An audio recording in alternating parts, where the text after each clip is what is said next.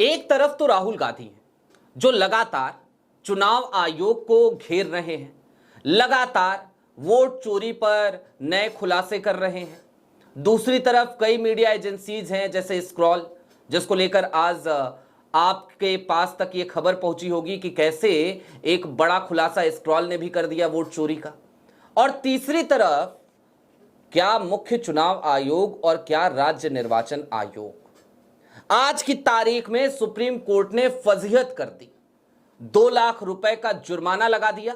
और इसके साथ ही साथ जस्टिस विक्रमनाथ और जस्टिस संदीप मेहता की बेंच ने यह बता दिया कि देखिए भाई, वोट चोरी तो हो ही रही है और आप लोगों की क्रेडिबिलिटी खतरे में तो है ही। नमस्कार, मैं स्वप्निल और आप मुद्दा देख रहे हैं। दोस्तों, आगे बढ़े उससे पहले एक छोटी सी अपील है। मुद्दा इन दिनों एक आर्थिक संकट से जूझ रहा है। एक तरफ हमारे मेन बैंक अकाउंट बीते कई महीनों से फ्रीज चल रहे हैं, तो दूसरी तरफ हमारे 28 साल पुराने चैनल को हमसे छीना जा चुका है। लिहाजा डे टू डे ऑपरेशंस में हमें मुश्किलों का सामना करना पड़ रहा है। यदि आप चाहें, यदि आप सक्षम हो, तो छोटी छोटी मदद मुद्दा की जरूर कीजिएगा आज की तारीख में। इसके लिए आप स्क्रीन पर दिख रहे QR कोड या फिर के नीचे दिख रहे UPI नंबर का इस्तेमाल कर सकते हैं। अब दोस्तों आगे बढ़ते हैं।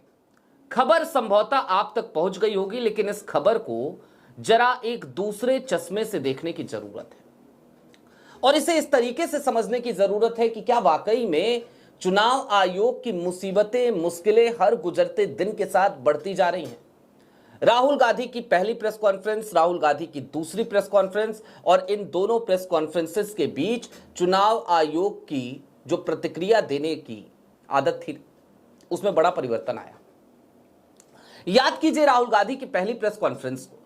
जब पहली प्रेस कॉन्फ्रेंस राहुल गांधी ने करी, एक शब्द उन्होंने सबके सामने रखा और वो शब्द था वोट चोरी का।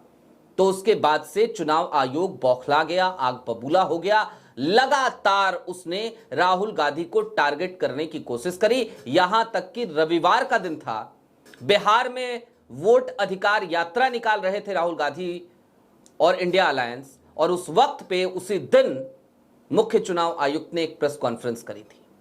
हालांकि चुभते हुए सवालों को डॉज करते हुए नजर आए थे मुख्य चुनाव आयुक्त, और जब कोई पत्रकार उनसे सीधे तौर पे भिड़ा भी तो उसके बाद भी उन्होंने दाएं बाएं करने की ही कोशिश करी, खुलकर जवाब नहीं दे पाए। अब दोस्तों, आज जो खबर आई सुप्रीम कोर्ट से, यह खबर उत्तराखंड की खबर है, उत्तराखंड से जुड़ी हुई है। और मैं पहले एक बात क्लियर कर दूं कि यह खबर दरअसल मुख्य चुनाव आयोग को लेकर नहीं है। अब खबर क्या है?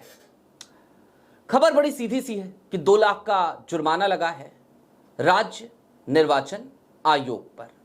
लेकिन ये 2 लाख का जुर्माना लगा क्यों है? दोस्तों, उत्तराखंड में ना पंचायत चुनाव के दरमियान बहुत कुछ हुआ, बहुत कुछ बड़ा हुआ। और क्या क्या हुआ, जरा आप उसको तफसील से जान लीजिए।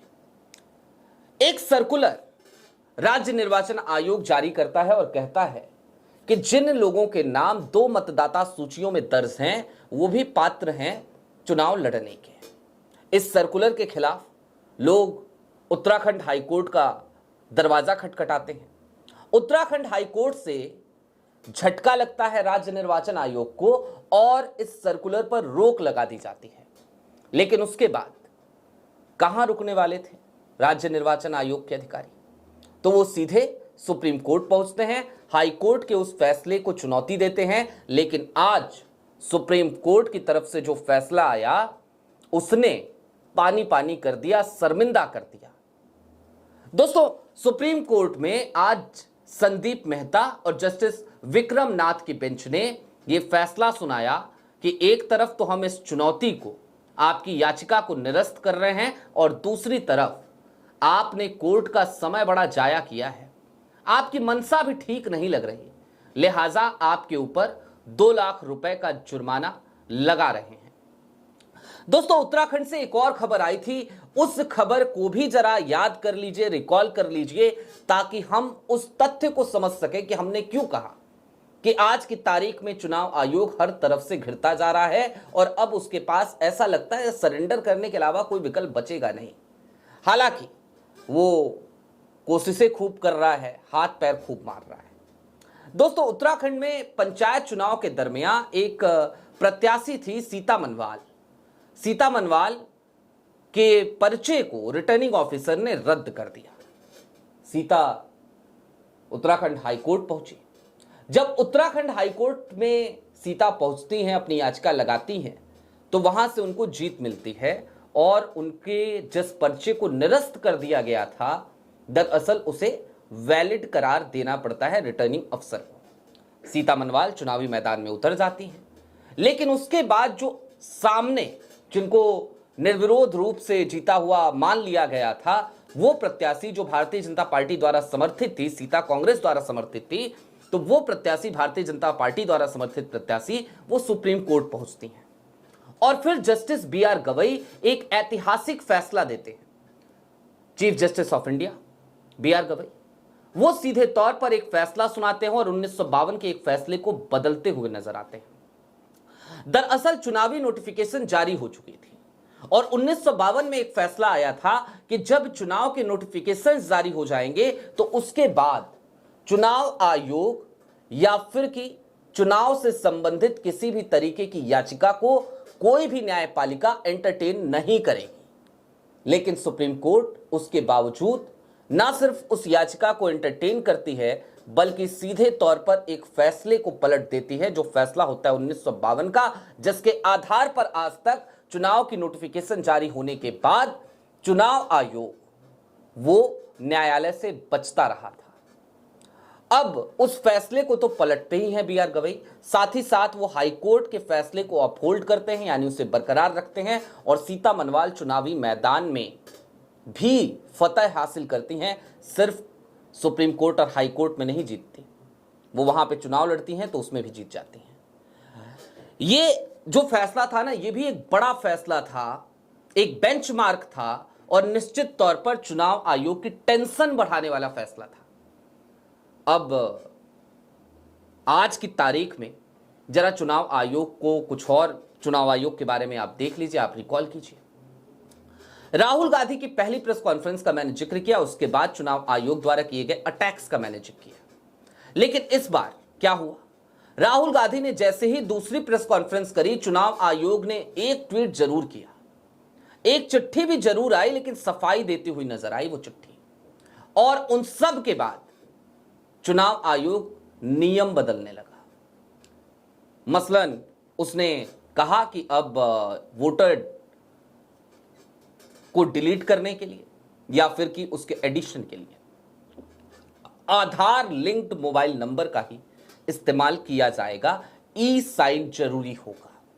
यह चुनाव आयोग ने नियम बदले। एक मामला पंजाब और हरियाणा हाई कोर्ट में चल रहा है, जिसका हमने आपसे जिक्र किया था। उसमें जो कांग्रेस के प्रत्याशी थे वो 32 वोटों से हारे थे, बृजेंद्र सिंह, और पंजाब हरियाणा हाई कोर्ट से भी ऐसा लगा जैसे सिर्फ भाजपा को नहीं बल्कि चुनाव आयोग को भी झटका लगा है, क्योंकि पोस्टल बैलेट जो 215 रद्द किए गए थे उनको लेकर यह दावा किया बृजेंद्र सिंह ने पंजाब हरियाणा हाई कोर्ट में कि जो पोस्टल बैलेट्स है ना 215 जिनको अवैध कहा था, उनमें से 150 लिफाफे इन्होंने खोले ही नहीं थे। उसके बाद एक और नियम बदल गया। बताया यह गया कि अब पोस्टल बैलेट्स की गिनती सेकंड लास्ट राउंड से पहले हो जाएगी और अगर नहीं हुई है तो सेकंड लास्ट राउंड जो काउंटिंग का होगा ईवीएम का, उसे वहीं रोका जाएगा। पहले पोस्टल बैलेट की गिनती खत्म की जाएगी, उसके बाद हम आगे की जो गिनती है सेकंड लास्ट राउंड की ईवीएम की वो पूरी करेंगे।